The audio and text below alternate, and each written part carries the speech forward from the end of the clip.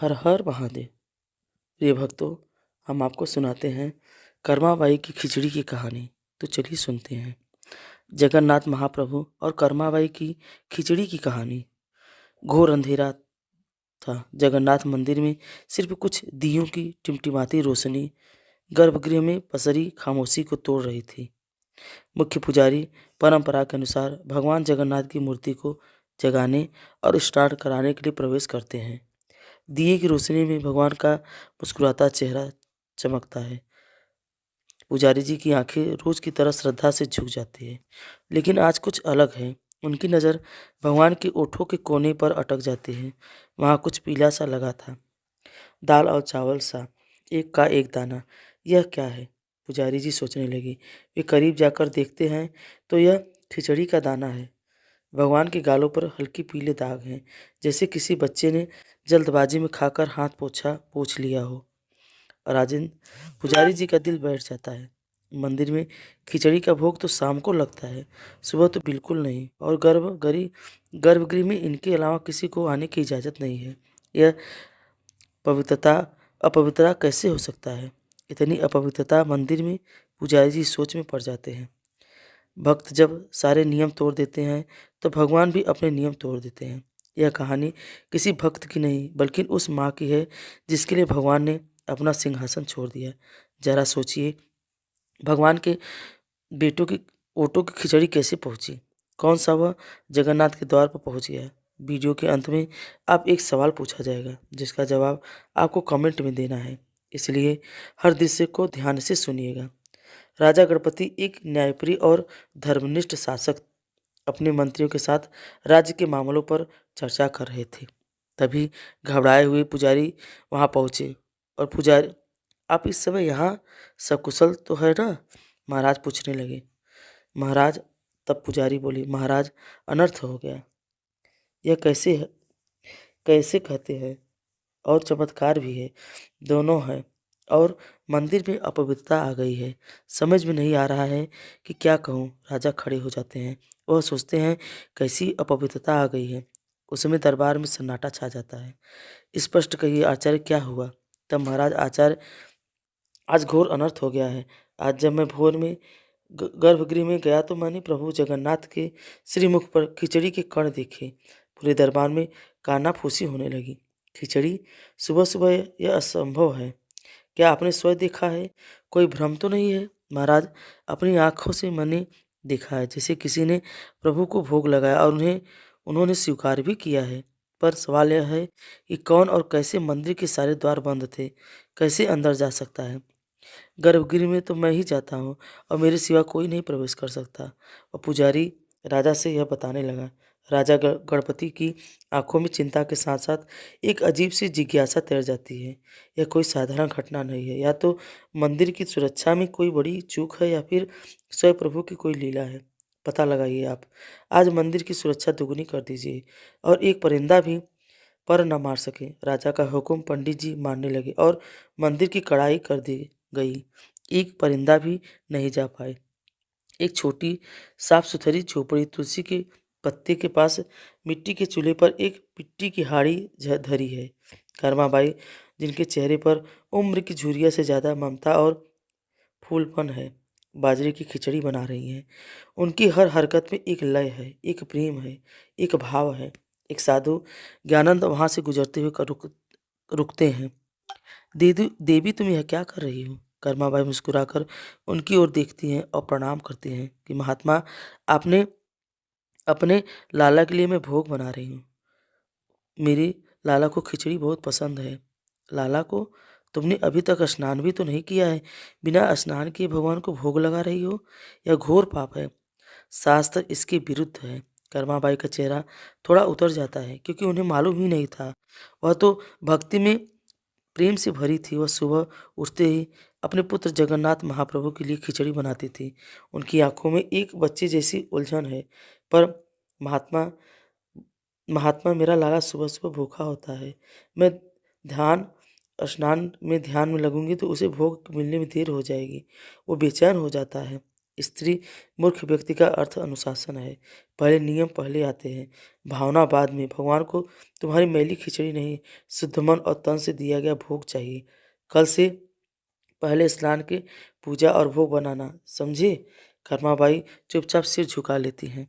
साधु आना ज्ञान संतुष्टि के भाव से आगे बढ़ जाते हैं। तभी एक 7-8 साल का बालक दौड़ता हुआ आता है और उसकी आंखें नटखट है और चेहरे पर एक दिव्य चमक था। माँ, माँ कर्मा, भूख लगी है, खिचड़ी बनी है? हाँ मेरे बच्चे, बस बन गई है। बैठ, अभी परोसती हूँ। वह बालक को खिचड़ी परोसती है। बालक बड़े चाव से खाता है। आज माँ, स्वाद थोड़ा अलग है। तुम्हारी आंखों में चिंता क्यों? कुछ नहीं बेटा, तू बस पेट भर के खा। कल से थोड़ा इंतजार करना पड़ेगा तुझे। बालक कुछ नहीं कहता, बस एक रसमयी मुस्कान के साथ कर्मा को देखता रहता है। राजा गणपति स्वयं पुजारी के साथ गर्भगृह में मौजूद थे। कड़ी सुरक्षा के बावजूद आज भी वही नजारा है। भगवान की मूर्ति पर खिचड़ी के ताजे दाग लगे हैं। यह कैसे हो सकता है? मेरी पूरी सेना, मेरे सबसे भरोसेमंद लोग पहरे पर थे। महाराज, ये किसी इंसान का नहीं, यह स्वयं प्रभु की इच्छा है। हे प्रभु जगन्नाथ, यह क्या लीला है? हमें मार्ग दिखाइए। कौन है यह भाग्यशाली भक्त जिसका भोग आप सारे नियमों को तोड़कर स्वीकार कर रहे हैं? राजा को क्या पता कि जब एक साधारण सी कुटिया में छिपा जवाब है।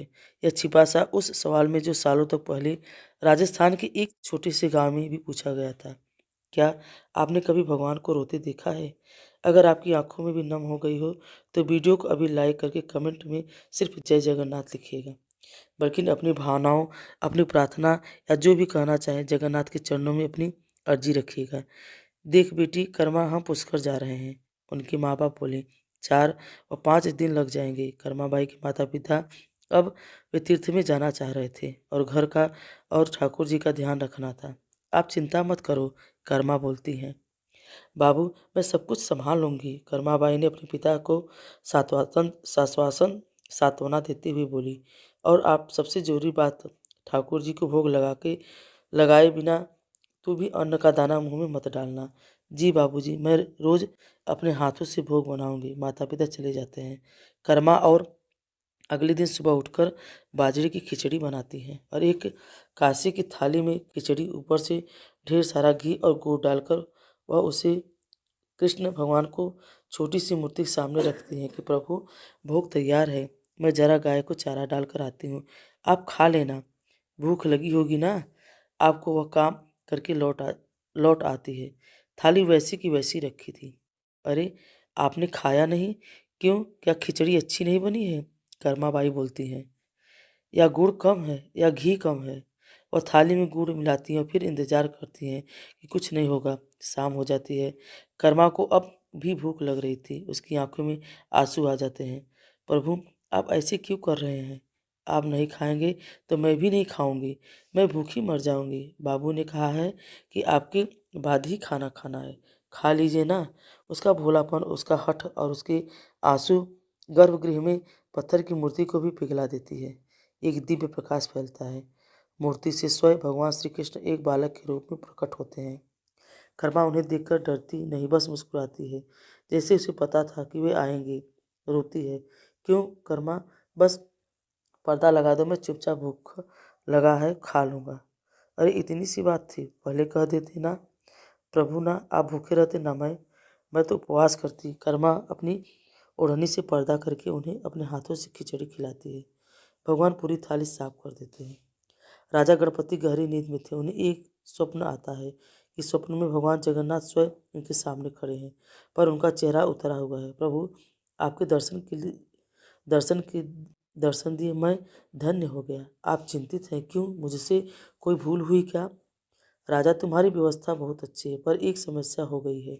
आज्ञा दे प्रभु।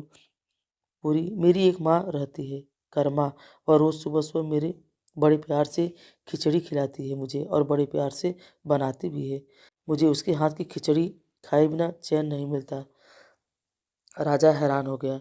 ऐसी कौन सी भक्त है कि प्रभु उसकी खिचड़ी खाने उसके घर जाते हैं? पर किसी ज्ञानी ने उसे पूजा पाठ के चक्कर में उलझा दिया है। अब तो स्नान ध्यान करके भोग बनाती है। अब भूख के मारे मेरा बुरा हाल हो के जाता है। जब तक मैं भोग मिलता है तो तुम्हारा मंदिर का समय हो जाता है, और तो मुझे जल्दी जल्दी आकर मुंह पोंछकर यहाँ आना पड़ता है, इसलिए मेरे मुख पर दाग रह जाते हैं। राजा गणपति की नींद टूट जाती है। वे पसीने से भीगे हुए थे। उनके चेहरे पर आश्चर्य और भक्ति का मिला जुला भाव था। कर्मा कर्मा राजा के सैनिक और मंत्री पूरी पूरी पूरी पूरी में घूम रहे थे। कर्मा नाम की महिला को ढूंढ रहे थे। वे कर्माबाई की कुटिया तक पहुंचे। राजा और राजेंद्र पुजारी भी वहां आते हैं। वे देखते हैं कि कर्माबाई स्नान करके गीले बालों में जल्दी जल्दी भोग बना रही हैं। वही नटखट बालक बाहर बैठा इंतजार कर रहा था। माँ, जल्दी करो ना, बहुत जोर से भूख लगी है। उसे मालूम था कि ये माँ तो मेरी सुबह ही खिचड़ी बनाती हुई है, अत्यधिक प्रसन्न है। राजा और राजेंद्र भी एक दूसरे को देखते हैं। वे समझ जाते हैं कि साधारण बालक नहीं, तभी साधु ज्ञानानंद भी वहाँ आ जाते हैं। महाराज, आप यहाँ इस अज्ञानी स्त्री की कुटिया में? महात्मा जी, आप अज्ञानी कह रहे हैं? वह स्वयं भगवान जगन्नाथ की माँ है। आपके थोपे हुए नियमों के कारण भगवान को भूखा रहना पड़ रहा है। अज्ञानानंद का चेहरा शर्म से झुक जाता है। उसे अपनी भूल का एहसास होता है। वह दौड़कर कर्माबाई के पैरों पर गिर पड़ता है। मुझे क्षमा कर दो माँ, मैं शास्त्रों का ज्ञान तो पा गया, पर प्रेम का मर्म न समझ सका। आपकी भक्ति ही सच्चा शास्त्र है। आप जैसे पहले करते थे वैसे ही करें। अपने लाला को भोग लगाएं। कर्माबाई उसे उठाती हैं और उनकी आंखों में कोई गुस्सा नहीं था, सिर्फ ममता था। महात्मा, आप सही कहते हैं, पर मेरा लाला वो बच्चा है, वो नियम ये नहीं, सिर्फ माँ का प्यार समझता है। राजा गणपति और राजेंद्र पुजारी हाथ जोड़कर सब देख रहे थे। उनकी आंखें नम थी। कर्मा के माता पिता तीर्थ से लौटते हैं। माँ देखती हुई है कि गुड़ का मटका लगभग खाली है, और कर्मा, इतना सारा गुड़ कहाँ गया? माँ सोचने लगी। माँ, ठाकुर जी रोज खिचड़ी खाते हैं ना, तो उन्हें गुड़ ज़्यादा पसंद है। मैं रोज ज़्यादा गुड़ मिला देती हूँ। पिताजी को विश्वास नहीं हुआ। वह भी सोचने लगी, यह कैसे हो सकता है कि प्रभु स्वयं आ रहे हैं और यहाँ खिचड़ी खाने? उन्हें लगता है कि बेटी झूठ बोल रही है। हमसे झूठ बोलती हो, तूने ही तो खाया होगा, पिताजी बोले। माताजी भी ऐसे कर्मा से बोलने लगी। सब नहीं माने। बाबू, आपको यकीन नहीं हो रहा है? कल खुद देख लेना। अगले दिन कर्मा फिर खिचड़ी बनाती है और माता पिता छिप कर देखते हैं। कर्मा थाली रखती है और ओढ़नी का पर्दा करती है और प्रार्थना करती है। वे अपनी आंखों से देखते हैं कि थाली में से खिचड़ी धीरे धीरे गायब हो रही थी। उनके पैर के तले जमीन खिसक जाती है। वे दौड़कर अपनी बेटी के पैर में गिर पड़ते हैं। बेटी, हमें माफ कर दो। हम नहीं जानते थे कि तुम इतनी पहचान जान सके। तुम्हें तो साक्षात भक्ति का स्वरूप है। समय बीत गया। माता पिता भी कितने खुश थे कि ऐसे संतान को मैंने जन्म दिया, जो भगवान स्वयं आ रहे हैं। खिचड़ी खाने उनके यहाँ हाथ, वह अपनी चारपाई पर लेटी थी। उनकी सांसें धीमी धीमी चल रही थी। वही बालक अब भी वही उतना ही बड़ा था। उनका हाथ पकड़कर उनके पास बैठा। कर्माबाई अब बहुत बुढ़ी हो गई थी। उनके हाथ पांव भी काम नहीं कर रहे थे। लाला, अब मुझसे उठा नहीं जा रहा है। आज खिचड़ी कैसे बनाऊंगी? तू भूखा रह जाएगा। तू चिंता मत कर। माँ, तुमने मुझे जीवन भर खिलाया है। आज मैं तुम्हें अपने साथ ले जाने आया हूँ, यह जहाँ तुम्हें मेरे लिए कुछ बनाना ही न पड़ेगा। कर्माबाई मुस्कुराती हैं और शांति से अपनी आंखें बंद कर लेती हैं। उनकी आत्मा और शरीर छोड़ देती है। मंदिर में कोहराम मच जाता है। भगवान जगन्नाथ की मूर्ति की आंखों से अबल आंसू की धारा बह रही थी। पत्थर की मूर्ति रो रही है। राजा गज गणपति और राजेंद्र पुजारी भागे भागे आते हैं। दृश्य देखकर कांप उठते हैं। हे प्रभु, यह क्या हो रहा है? हमसे क्या अपराध हुआ? राजा गणपति समझ जाते हैं। वे हाथ जोड़कर प्रार्थना करते हैं कि रात को राजा को फिर से स्वप्न आता है कि भगवान जगन्नाथ एक छोटे बच्चों की तरह सुसुक सुसुक कर रो रहे थे। राजा, मेरी माँ चली गई है। मेरी कर्मा मुझे छोड़कर चली गई है। अब मुझे सुबह सुबह प्यार से खिचड़ी कौन खिलाएगा? अब मैं किसका इंतजार करूंगा? राजा की नींद खुली। उनकी आंखों में से भी आंसू बह रहे थे। लेकिन एकमात्र माँ नहीं थी। ऐसी ही और कहानी है जहाँ भक्ति से भगवान को विवश कर दिया जाता है। राजा गणपति ने सभी पुजारियों और पूरे राज्य को लोगों में इकट्ठा किया। उनका चेहरा दृढ़ निश्चय और गहरी भावना से भरा हुआ था। आज से इस दृष्टि के अंत तक भगवान के जगन्नाथ को अर्पित होने वाले 56 भोग से पहले सबसे पहला भोग मेरी माँ भगवान जगन्नाथ और कर्माबाई के नाम से बाजरे की खिचड़ी को लगाया जाएगा, ताकि मेरे प्रभु को कभी यह ना लगे कि उनकी माँ उन्हें छोड़कर चली गई है। उनकी माँ अब यहीं है, हम सबके दिलों में। और हर मंदिर में इस परंपरा के लिए हमेशा के लिए पूरी जगन्नाथ में प्रभु के मंदिर में खिचड़ी ही बनाकर भोग लगाने लगे। सब इस तरह से साधारण किसान की बेटी अपने निश्चल प्रेम और भक्ति से जगन्नाथ की पुरी में हर सुबह दुनिया के सबसे शक्तिशाली भगवान अपनी माँ के हाथों खिचड़ी के लिए एक बच्चे की तरह इंतजार करते थे।